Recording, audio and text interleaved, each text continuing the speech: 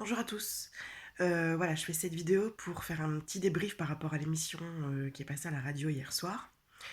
Donc, le but de l'émission était de parler de la problématique émotionnelle liée à une maladie. Donc, en l'occurrence, la peur de la mort. Et je devais, en fonction des questions du spécialiste, parler aussi de l'incompréhension des gens vis-à-vis de tout ça, vis-à-vis de notre quotidien et tout et tout. Et bon, ben, comme vous l'avez entendu pour ceux qui ont écouté, bah, ça n'a pas été le cas. Donc, honnêtement, par rapport à moi, tout ce que j'avais évoqué avec la journaliste, enfin la dame qui m'avait téléphoné plusieurs jours auparavant, etc., ça s'est pas déroulé comme j'aurais voulu. Euh, donc après, je suis contente de ce que j'ai dit et tout, mais honnêtement, je suis un peu déçue, quoi, je le dis. On va me dire, ouais, Carole, t'es critique et tout, mais je m'en fous. Je dis ce que je pense, comme d'habitude. Et non, je suis un peu déçue parce que le gars, déjà, il me sort, le psychologue ou je ne sais pas ce que c'était, me sort que la médecine a fait des progrès, patati patata. Et vous, tous les CC qui me regardez, vous savez très bien que c'est le genre de truc qui nous insupporte à la longue, quoi, comme les t'es une battante et nanani nanana. Et quand il a commencé à me sortir ce genre de phrase, honnêtement, j'ai fermé ma gueule, concrètement, parce que j'ai cru que j'allais imploser. Parce que j'avais envie de lui dire, non mais là vous me sortez des trucs que tous les gens me sortent, les gens lambda, et ce genre de trucs que j'ai pas du tout envie d'entendre, quoi, justement, quoi. Donc voilà, donc ça je suis un peu déçue par rapport à ça. Bon après c'est sûr que pour le coup j'aurais pu rebondir et puis dire, non vous m'avez dit, vous me dites ça, mais c'est une phrase que j'ai pas envie d'entendre, voilà, ça fait partie de l'incompréhension des gens autour de nous, etc. Mais honnêtement, c'était ma première radio, j'étais un peu stressée, ça commençait seulement, donc sur le coup, je me suis dit, bon, laisse parler, on va voir les questions qu'ils te posent, etc. etc. Et cetera. Et c'est vrai qu'au final, ben, j'ai pas trouvé ça assez pertinent, j'ai envie de dire. J'ai pas assez parlé de la peur de la mort.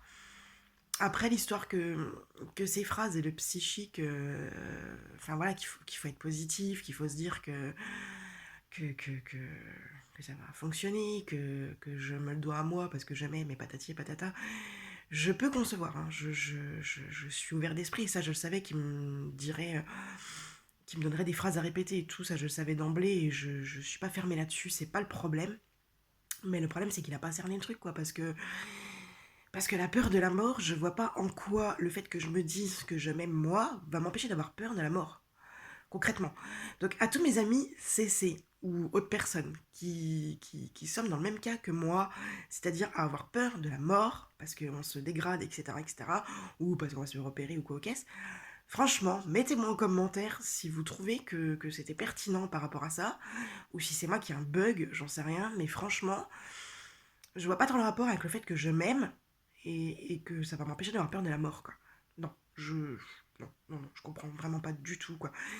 J'avais l'impression qu'en fait, il me sortait des phrases pour que j'ai confiance en moi. C'était plus ça. Donc j'avais plus l'impression d'avoir le sujet de j'ai pas confiance en moi. Et c'est pas le cas. Je dis pas que je suis la personne la plus confiante du monde, mais c'est pas le problème, il est pas là, quoi. C'est pas mon problème, le manque de confiance en moi, le fait que je m'aime pas. Moi, je m'aime tel que je suis, même si on a tous des défauts et des choses qui nous plaisent pas chez nous. Mais ça, on s'en fiche. C'est pas ça qui va m'empêcher d'avoir peur de la mort. C'est pas ça qui va m'empêcher d'avoir peur qu'après la grève, je vais me retrouver sous dialyse, etc. C'est pas de me dire que je m'aime, que ça va empêcher tout ça. Et que ça va m'empêcher actuellement d'avoir peur. Voilà. Enfin, non, je suis pas d'accord du tout avec ça.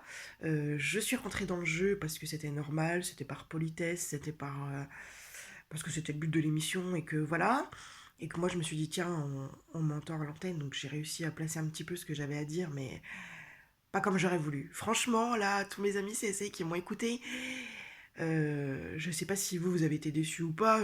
Enfin, dites-moi-le, concrètement, dites-moi ce que vous avez pensé, franchement. C'est bien d'avoir un œil critique en bon ou en mauvais, hein, on s'en fiche. Moi, j'accepte tous les commentacommentaires, je m'en fiche. Mais du moment que c'est constructif, hein, j'ai envie de dire.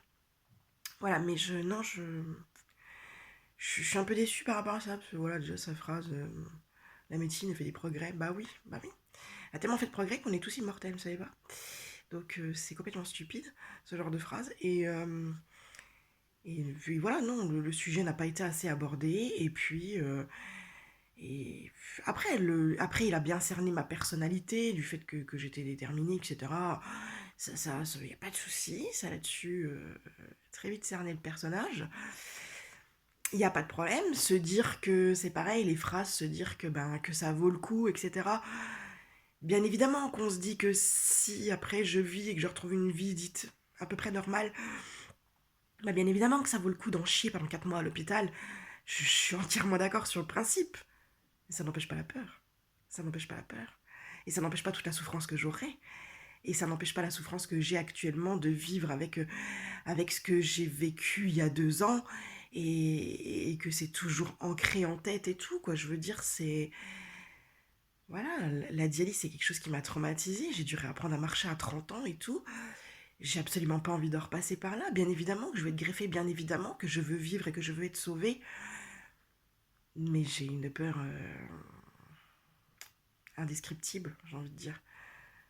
Déjà que tout s'arrête, parce que j'ai pas envie de mourir. Et j'ai une peur de revivre tout ça. C'est... Enfin, de toute façon, faut le vivre pour le comprendre, tout simplement. Il faut l'avoir vécu pour s'en rendre compte. Et seuls les gens qui sont passés par là, le fait de réapprendre à marcher, de réapprendre à manger, etc., de retrouver une voix, de faire de l'orthophoniste, pardon, d'être dialysé et tout. Il faut vraiment, vraiment, vraiment être passé par là pour le comprendre.